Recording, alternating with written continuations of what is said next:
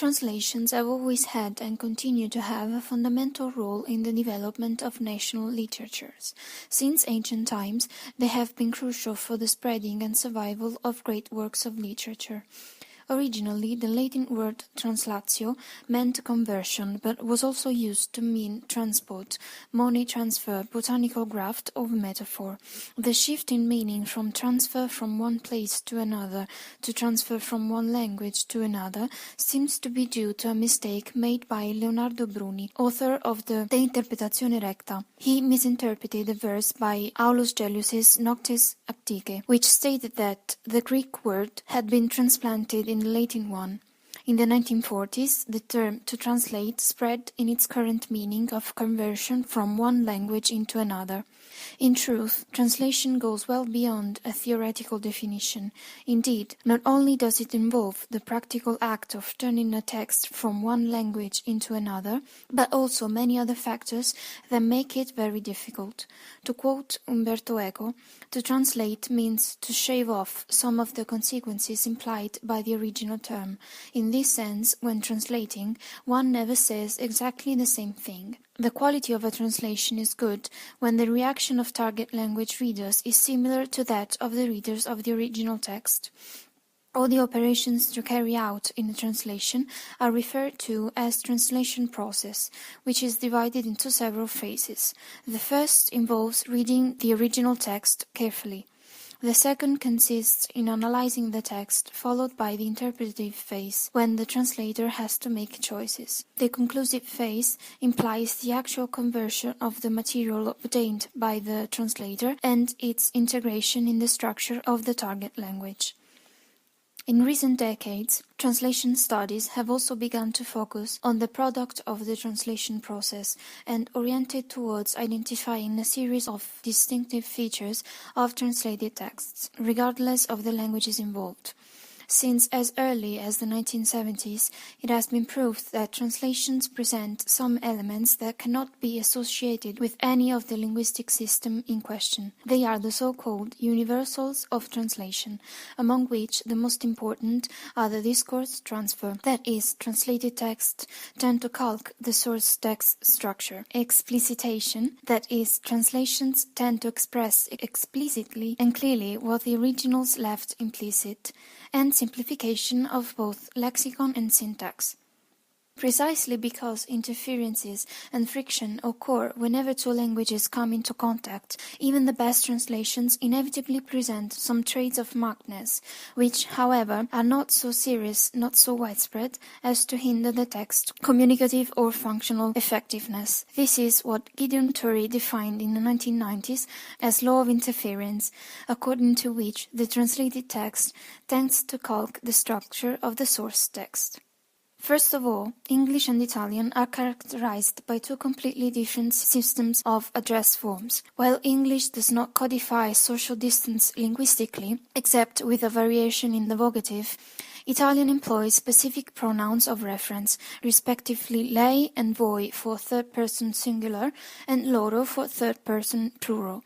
This discrepancy of use between the two languages creates serious problems for translators. In texts translated from English in the 1950s, the most common form of address was voi, mainly because the use of this pronoun was deeply rooted in certain regions. Nonetheless, the interference of the English original is undoubtedly decisive.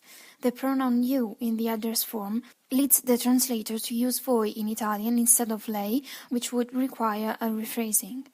During the 1980s, instead, lei was increasingly used in Italian translations, until in the 1990s the translated language adapted itself to the current use, in which lei is totally prevailing. Many distinctive features of the translated text in Italian concern subject explicitation.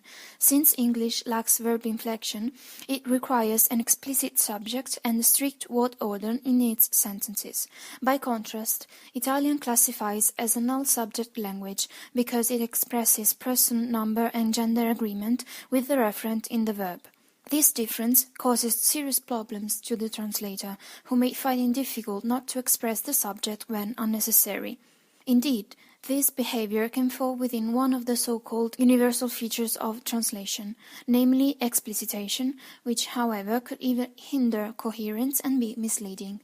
Another element of markedness is the position of the subject in the sentence. Generally, Italian texts translated from English tend to have subjects preceding verbs, in accordance with the mandatory English word order for affirmative phrases. Nonetheless, the most natural position for the subject in Italian is not the pre-verbal one, which is due to the English interference, but the post-verbal one. These sentences are not grammatically incorrect per se, but are inappropriate in their context. By analyzing the translated text in Italian, we can also notice a certain instability in choosing personal pronouns for subjects. Indeed, there is clear uncertainty between the normed use of the grammatical tradition and the current use, where third-person pronouns lui, lei, loro are now prevailing on egli, ella, essi, even in formal contexts. These are only a few of the peculiarities of the Italian language translated from English. They are not grammatically incorrect uses of the language, but rather unusual and unnatural alternatives. As for French and Italian, the structural similarity of the two languages makes the interference of the former even stronger. The most considerable phenomena of interference fall within the area of transposition, that is, the translating technique that consists in replacing a word class or a grammatical category with another. One of the most common phenomena occurring when translating from French into Italian is noun-verb transposition. In French, the nominal construction is widely used, as it can express some nuances that the verb alone is not able to convey, given its more direct way of presenting the fact. Italian, instead, seems more prone to describe a process cinematically by using the verb. French is also more restrained in the use of adjectives. This tendency falls again within the preferential use of the noun. On the other hand, Italian makes an extremely recurrent and sometimes redundant use of the adjective. Another aspect in which the translated language diverges from the standard use concerns the position of the subject. Word order for Romance languages is typically subject-verb complement. However, Italian sentences are commonly known to be characterized by subject postponed to verbs. Moreover, Italian classifies as null-subject language. Hence, the subject is often omitted. On the contrary, given its reduced verb inflection, French always requires an explicit subject. Furthermore, transpositions of syntactic structures can also be found in Italian translations from French originals.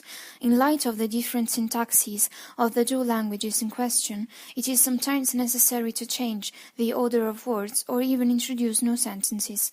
Thus, the source language filters in the target one not only at semantic level, but more generally at morphosyntactic level. Indeed, the similarities between the two languages makes the French interference on Italian more considerable. The Italian language in translations is a significant reality in our everyday life. What we receive when watching TV or reading a novel is often the result of a translation. This thesis focused on the peculiarities of the Italian language in translations and aimed at proving that it often differs from spontaneous works in the same language. On the whole, this diversity can be identified as the result of an interference with the source language codes. In the majority of cases, the described phenomena do not result in grammatically incorrect sentences, but they still deviate from the common language use. Nevertheless, not all the translated texts present these kinds of anomalies, a sign of the translator's competence and awareness. Translation is a tricky business, but it is fascinating for this very reason. Today more than ever, translating means getting out of ourselves, acknowledging, accepting and opening ourselves to diversity.